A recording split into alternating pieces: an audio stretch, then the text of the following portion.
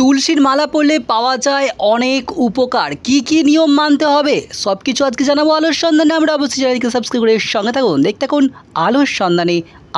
আমাদের জীবনে অনেক সময় নানা ঘটনা ঘটে যার উত্তর আমাদের কারো কাছে থাকে না। শান্তি পাওয়ার জন্য আমরা কত কিছুই না করে থাকি, কিন্তু আপনি কি জানেন, আপনি যদি আপনার গলায় একটি তুলসীর মালা ধারণ করতে পারেন তাহলে আপনার জীবনের সমস্ত দুঃখ কষ্ট কেটে যাবে। তবে কথায় আছে, বিশ্বাসে মিলায় বস্তু, তর্কে বহুদূর। তুলসীর মালা পরার ক্ষেত্রেও কিন্তু তাই। আমরা সাধারণত বাড়িতে তুলসী গাছ রেখে থাকি। মা তুলসীকে ৩৩ কোটি দেবদেবতার সমান বলে গণ্য করা হয়।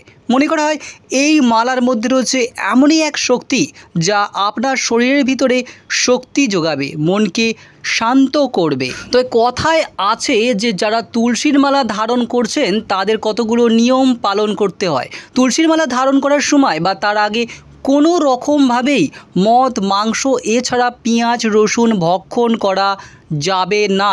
তাকে একেবারেই নিরামিষ ভক্ষণ করতে হবে, স্বাভাবিক জীবনযাপনও করতে হবে, তবেই সে তুলসীর মালা পরার যোগ্য অধিকারী হবে। তুলসীর মালা কোনো একদিন যদি আপনি পরে থাকেন তাহলে সারা জীবনেও তা আপনি খুলতে পারবেন না। একবার পরবেন একবার খুলবেন, এমনটা করলে কিন্তু কখনোই কিছু লাভ হবে না। সাধারণত দুই ধরনের তুলসীর মালা হয়, রাম তুলসী আর হচ্ছে শ্যাম তুলসী। কিন্তু কিভাবে চিনে নেবেন এই তুলসী তা এখনই আমরা জানাবো। মালাকে বেশ কিছুদিন গঙ্গা জলের মধ্যে ভিজিয়ে রাখুন। যদি দেখেন যে অনেক পরিমাণে রং ছাড়তে শুরু করেছে তাহলে বুঝবেন এই তুলসীর মালা নকল। তা কিন্তু একেবারে বাতিল করতে হবে আপনাকে। তুলসী মালা ধারণ করলে আপনার জীবনে কি কি উপকারিতা পাওয়া যায় বলে বিশ্বাস করা হয়।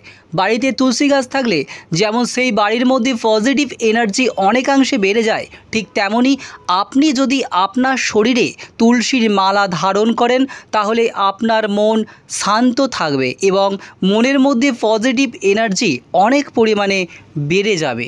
তুলসীর মালা ধারণ করলে লক্ষ্মীনারায়ণ এবং কৃষ্ণের আশীর্বাদ পাওয়া যায়। যাদের বৃহস্পতি দুর্বল তারা যদি এই মালা পরতে পারেন তাদের বৃহস্পতি অনেক পরিমাণে শক্ত হয়, অর্থাৎ অর্থনৈতিক দিক থেকে অনেক বেশি শান্তি লাভ হয়। আপনারা দেখছেন আলোর সন্ধানে। আমরা আরও ভালো আপডেটের জন্য অবশ্যই চ্যানেল সাবস্ক্রাইব করে সঙ্গে থাকুন, দেখতে থাকুন আলোর সন্ধানে। আমরা জয় শ্রীকৃষ্ণ।